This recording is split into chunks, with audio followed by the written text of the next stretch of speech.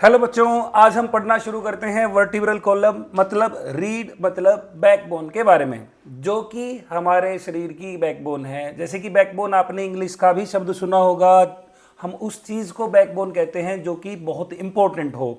ऐसे ही हमारी बॉडी के लिए ये स्केलेटन का एक बहुत ही इंपॉर्टेंट पार्ट होता है। जैसे कि आपको ये बैकबोन नज़र आ रही है बेटा, ये बैकबोन हमारी बॉडी के अंदर डोर्सल साइड पे प्रेजेंट होती है। जो ये बैक साइड है हमारे शरीर की, इसको हम कहते हैं डोर्सल साइड। और जो माउथ, जिधर की तरफ माउथ है, ये हमारी साइड है वेंट्रल साइड होती है। तो आपको पता होगा जो रीढ़ की हड्डी है बेटा, वो हमारे अंदर मिड डोर्सल लाइन पे प्रेजेंट होती है, लेटरल साइड में नहीं, मिड डोर्सल लाइन में प्रेजेंट होती है।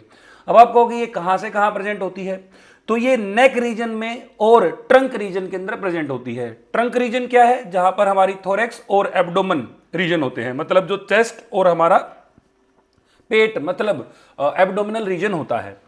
तो जो वर्टिब्रल कॉलम है बेटा, वो इस स्कल के बेस से शुरू होकर यहां इस टेल के पार्ट तक होती है। अब आप कहोगे ये टेल पोर्शन हमारी बॉडी में कहां होता है? जैसे कि आपने पढ़ा होगा, इवोल्यूशन के दौरान हमारे अंदर टेल गायब हो गई। पहले जो हमारे एंसेस्टर थे, जो कि मिलियन ऑफ ईयर पहले थे, उसके अंदर ये टेल प्रेजेंट थी। अब आप कहोगे क्या आज टेल है? नहीं, आज हमारे अंदर टेल दिखती नहीं है, लेकिन उसका एक रिमेनिंग पार्ट है जिसको हम वेस्टिजियल पार्ट कहते हैं टेल का। इसको हम कहते हैं कोकाइक्स। बेसिकली ये एक कोकाइक्स बोन है, जिसको हम कोकाइक्सियल पार्ट भी बोलते हैं।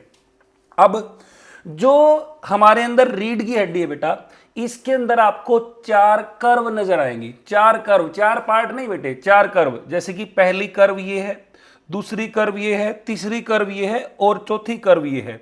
इन्हीं चार कर्व की वजह से ह्यूमन बॉडी का स्ट्रेट पोस्चर होता है, मतलब हम सीधे या इरेक्ट पोस्चर में जो खड़े हो पाते हैं, वो इन चार कर्व की वजह से हो पाता है। अब आप कहोगे क्या बाकी एनिमल में ऐसा नहीं होता? बाकी एनिमल में ये चार कर्व नहीं होती। जैसे कि चिंपैंजी जो होते हैं बेटा, उसके अंदर केवल एक सिंगल कर्व होती है वर्टिब्रल कॉलम में, इसलिए उनका इरेक्ट पोस्चर नहीं होता, मतलब वो सीधे खड़ी नहीं रहते, वो प्रॉपर इरेक्ट पोस्चर उनका नहीं होता है। उसके बाद जो हमारी रीढ़ है बेटा, इसके अंदर 26, आपको ये जो पार्ट नजर आ रही है, 26 बोन्स हैं, जो कि एक दूसरे के ऊपर रखी हुई हैं।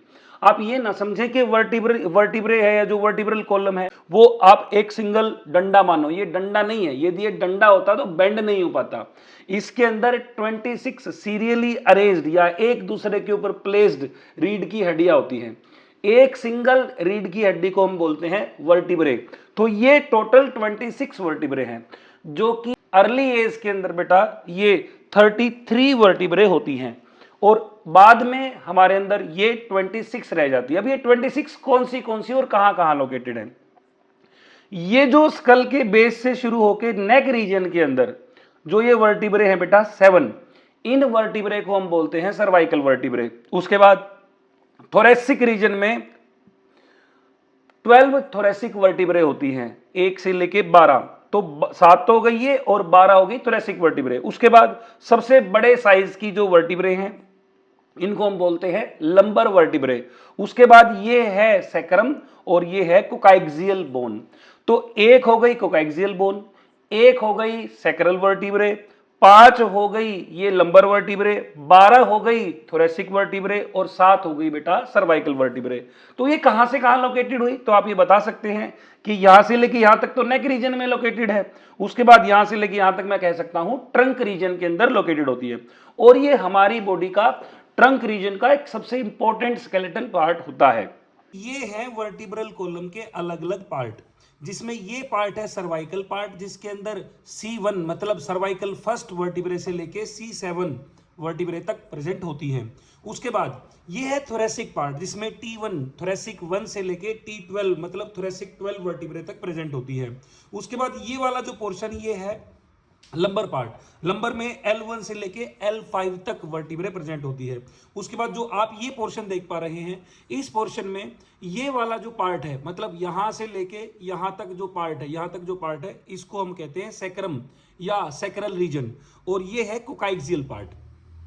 अब ये 7 वर्टिब्रे सर्वाइकल, 12 थोरेसिक वर्टिब्रे और 5 है लंबर वर्टिब्रे, और ये एक है सैक्रम, एक है कोकाइक्सियल।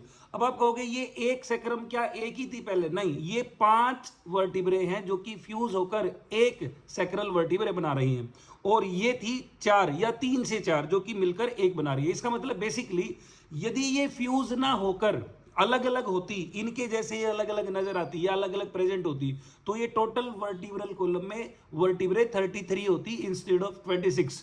आज कितनी है तो आप बताएंगे? 26 हमारे अंदर ये रीड होती है, मतलब वर्टिब्रे होती है। यदि आप वर्टिब्रे को शुरू करो सर्वाइकल वर्टिब्रे से पढ़ना, और सर्वाइकल वर्टिब्रे की ये जो वर्टिब्रे आपको नजर आ रही है, ये है सबसे पहली वर्टिब्रे।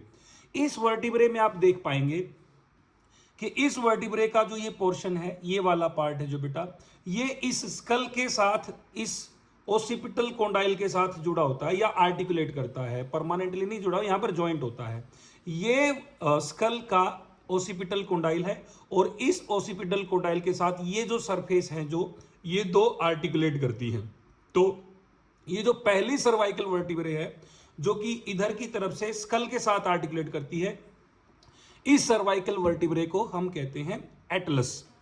इस एटलस के इस सरफेसेस के साथ ओसिपिटल कोंडाइल आर्टिकुलेट करते हैं। उसके बाद ये तो हो गई थी बेटा एटलस। उसके बाद है ये है एक्सिस, ये एक्सिस वर्टिब्रे है। यदि आप इस एक्सिस वर्टिब्रे को ऑब्जर्व करोगे तो ये इस एटलस वर्टिब्रे के साथ आर्टिकुलेट करती है। इस एटलस वर्टिब्रे के अंदर ये जो ये एटलस वर्टिब्रे है, इसके अंदर इस एक्सिस वर्टिब्रे का ये प्रोसेस जिसको हम ओडोंटोइड प्रोसेस कहते हैं, ये इसके अंदर आर्टिकुलेट करता है। तो ये मान लो मैं कहूं कि यदि मैं इस प्रकार से देखूं इसको कि ये हो गई एटलस, ये हो गई एक्सिस, इस एक्सिस का ये ओडोंटोइड प्रोसेस इसके अंदर आर्टिकुलेट करेगा, इस प्रकार की मूवमेंट करेगा। तो हमारे नेक के अंदर आप नो मूवमेंट करना, मतलब ये गर्दन को राइट और लेफ्ट साइड घुमाना, तो वो जो गर्दन की राइट और लेफ्ट साइड की जो ट्विस्ट है ना, वो इस मूवमेंट की वजह से होता है। ये मूवमेंट होती है स्कल के साथ, मतलब इस वाले स्कल के साथ ये वाला पार्ट इस प्रकार से आर्टिकुलेट करेगा। ये वाली जो मूवमेंट होगी, ये मूवमेंट एटलस और एक्सिस के बीच में होती है। तो ये पहली बोन हो गई, इसका नाम है एटलस। ये दूसरी बोन हो गई, इसका नाम है एक्सिस। और मैं इसको लिख सकता हूं एटलस इज C1, मतलब cervical 1, and this is Atlas, this is axis, axis हो गई C2। तो ये तो हो गई बेटा C1 मतलब एटलस, और ये हो गई C2 दैट इज एक्सिस। दोनों आपस में यहां पर इस प्रकार से नो मूवमेंट करते, तो इसलिए इसको याद रखना। ये है जो एटलस, इसको हम कहते हैं यस बोन, ये है एक्सिस, इसको हम कहते हैं नो बोन, क्योंकि इस वजह से नो मूवमेंट होती है। ये वाली मूवमेंट जो आपको बताई राइट और लेफ्ट साइड के अंदर जो हमारे स्कल की मूवमेंट होती है।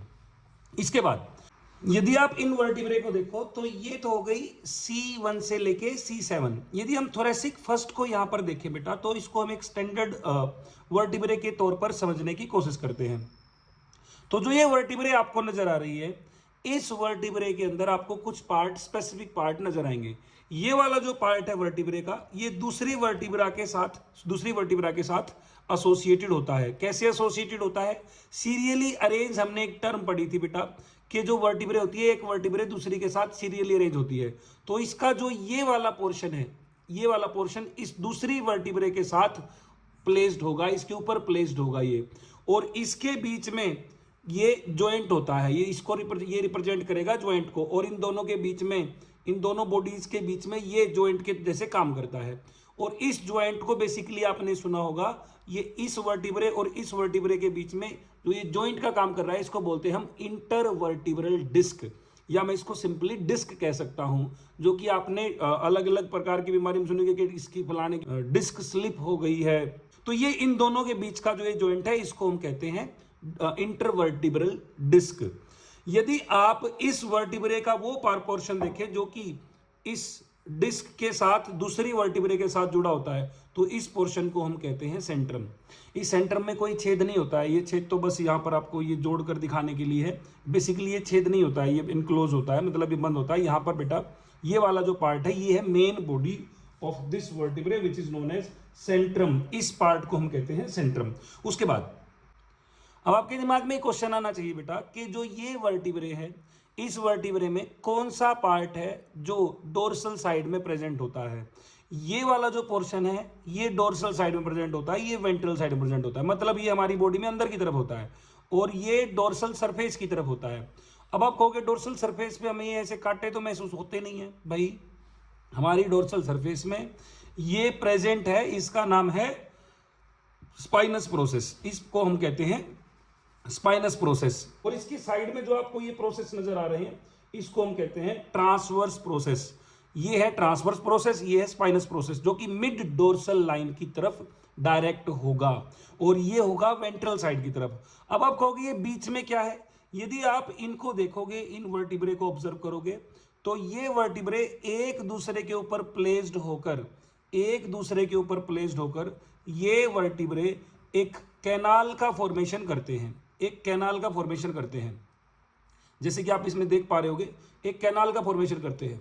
तो ये सेंट्रम है, सेंट्रम तो एक दूसरे के ऊपर प्लेस हो गए और यहां पर बीच में एक कैनाल का फॉर्मेशन होगा।